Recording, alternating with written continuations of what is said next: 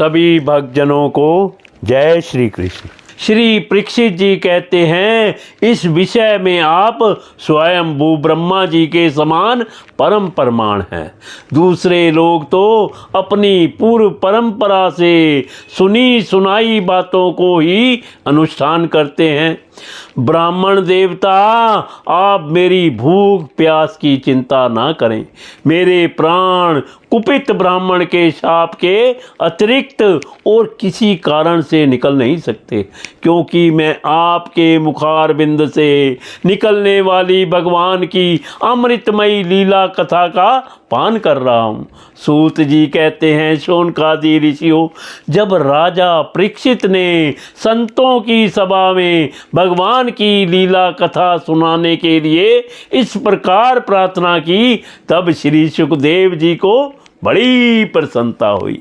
उन्होंने उन्हें वही वेद तुल्य श्रीमद्भागवत महापुराण सुनाया, जो ब्रह्म कल्प के आरंभ में स्वयं भगवान ने ब्रह्मा जी को सुनाया था।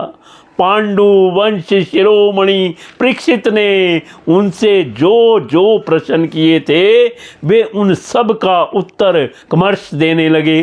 श्री सुखदेव जी ने कहा, परीक्षित, जैसे स्वप्न में देखे जाने वाले पदार्थों के साथ उसे देखने वाले का कोई संबंध नहीं होता, वैसे ही देहादि से अतीत अनुभव स्वरूप आत्मा का माया के बिना दृश्य पदार्थों के साथ कोई संबंध नहीं हो सकता।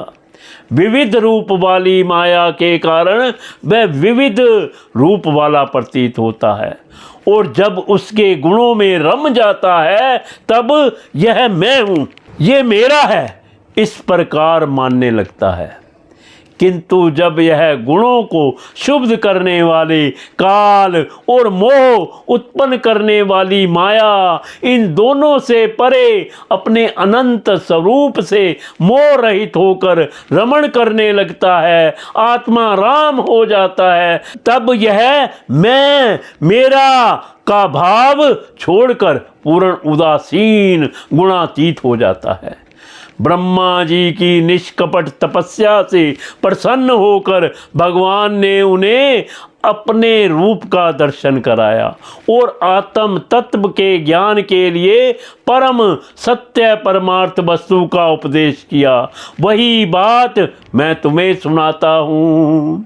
तानाध्य गच्छत दशमत्रा सम्मता प्रपआणि मणि विधियर्था भवेत सा चिंत्यन दयश्चक्षरम मेकदाम्ब सयुषा शृणोदि दिग्दली बचो विभुम सपेर्षचु यत षोडशा मेक विषम निष्का आनाना नृप यदा धनु विदुम।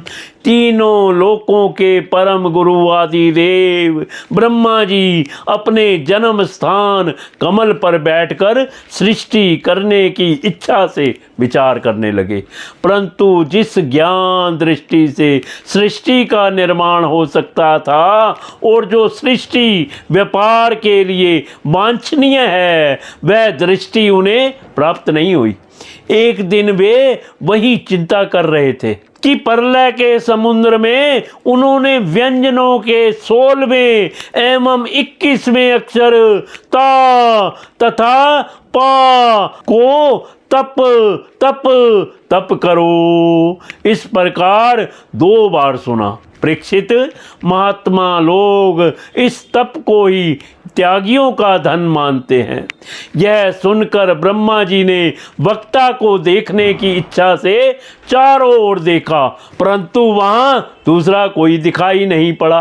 वे अपने कमल पर बैठ गए और मुझे तप करने की प्रत्यक्ष आज्ञा मिली है, ऐसा निश्चय कर और उसी में अपना हित समझकर उन्होंने अपने मन को तपस्या में लगा दिया।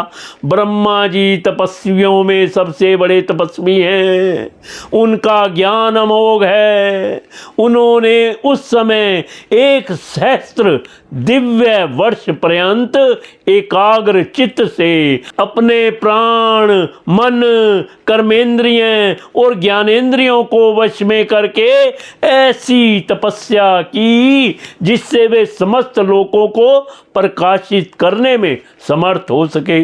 उनकी तपस्या से प्रसन्न होकर भगवान ने उन्हें अपना वह लोक दिखाया जो सबसे श्रेष्ठ है और जिससे परे कोई दूसरा लोक नहीं है। उस लोक में किसी भी प्रकार के क्लेश, मोह और भय नहीं है।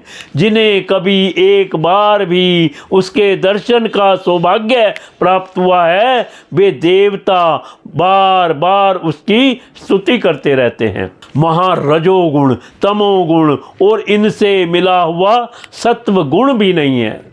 वहाँ ना काल की दाल गलती है और ना माया ही कदम रख सकती है। फिर माया के बाल बच्चे तो जा ही कैसे सकते हैं। वहाँ भगवान के वे पार्षद निवास करते हैं जिनका पूजन देवता और दैत्य दोनों ही करते हैं।